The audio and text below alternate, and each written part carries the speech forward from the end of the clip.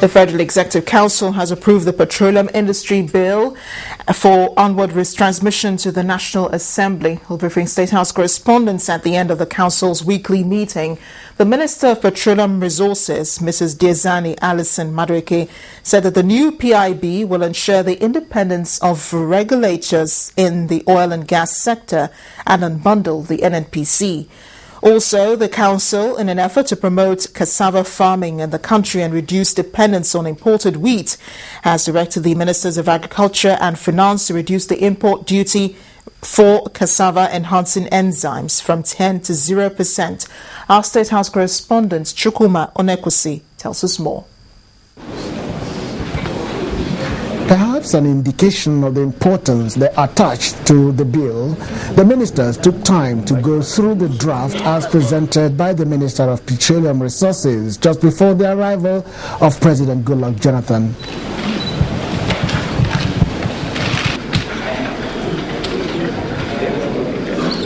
For over 5 hours, they deliberated on the issues. The Minister of Petroleum Resources, who's been working on the bill with her technical crew, joined that of the information for the briefing.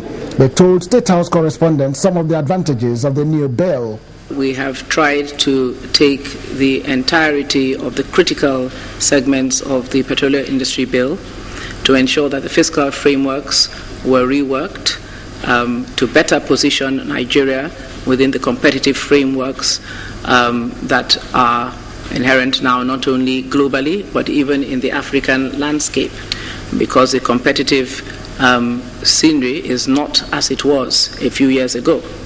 This new bill also proposes revolutionary changes in the way this industry has been run in Nigeria over the decades. One of those changes to come will be that the NNPC will be unbundled into several successor companies to create further synergy in this sector. The new Petroleum Industry Bill will soon be forwarded to the National Assembly, hoping that it will not be jettisoned again. Away from the PIB issues, the Ministers of Finance and Agriculture gave details of the new incentives for cassava flour millers.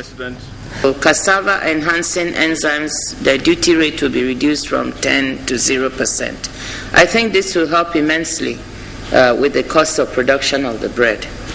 The second initiative is that there are going to be levies on the import of wheat, and we are planning that part of these levies, still to be worked out, will be put in a fund which will be called the Cassava Bread Development Fund. This is another indication that Nigeria will not be a slave to wheat importers.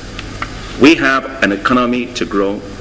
We have farmers to put to work. The Federal Executive Council is optimistic that the new push in the cassava industry and the Ministry of Agriculture will create jobs for the teeming population of Nigeria and not export jobs to other countries.